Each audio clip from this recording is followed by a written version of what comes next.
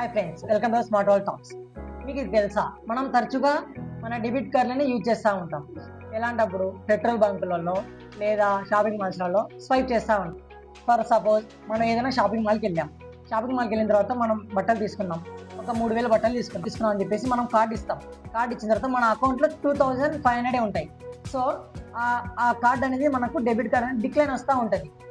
Decline వచ్చిన తర్వాత ఒక్కసారితో ఆపేసేసి మీ balance check చేసుకోండి. లేదంటే పదే పదే డిక్లైన్ మీరు ఒకటిసారి 2 సార్లు 3 సార్లు చెక్ చేసుకుంటా ఉంటే పోస్ట్ డేట్ ఛార్జెస్ అనేవి మీకు పడతా ఉంటాయి. పోస్ట్ డేట్ ఛార్జెస్ అనేది point of sale decline charges అనమాట.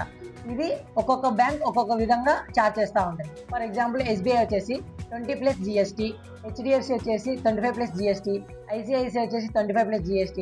ఇలా ఒక్కొక్క బ్యాంక్ అనేది ఒక్కొక్క రకంగా చేస్తూ ఉంటుంది. సో ఇలా మనం పోస్ట్ డేట్ ఛార్జెస్ని అవాయిడ్ చేయాలంటే ఫస్ట్ ఆఫ్ ఆల్ మనకు ఒక్కసారి డిక్లైన్ వచ్చిన తర్వాత మన అకౌంట్ బ్యాలెన్స్ చెక్ చేసుకోవాలి. చెక్ చేసుకున్న తర్వాత ఓకే ఉంది అంటే కనుక ఇంకోసారి ట్రై చేయండి. అంతేగాని లేకుండానే ఒకసారి ట్రై చేసేసారంటే మీకు పోస్ట్ డిక్లైన్ ఛార్జెస్ అనేవి పడతా ఉంటాయి. సో ఈ ఇన్ఫర్మేషన్ మీకు నచ్చినట్టయితే నా ఛానల్ సబ్స్క్రైబ్ చేసుకోండి. Thank you.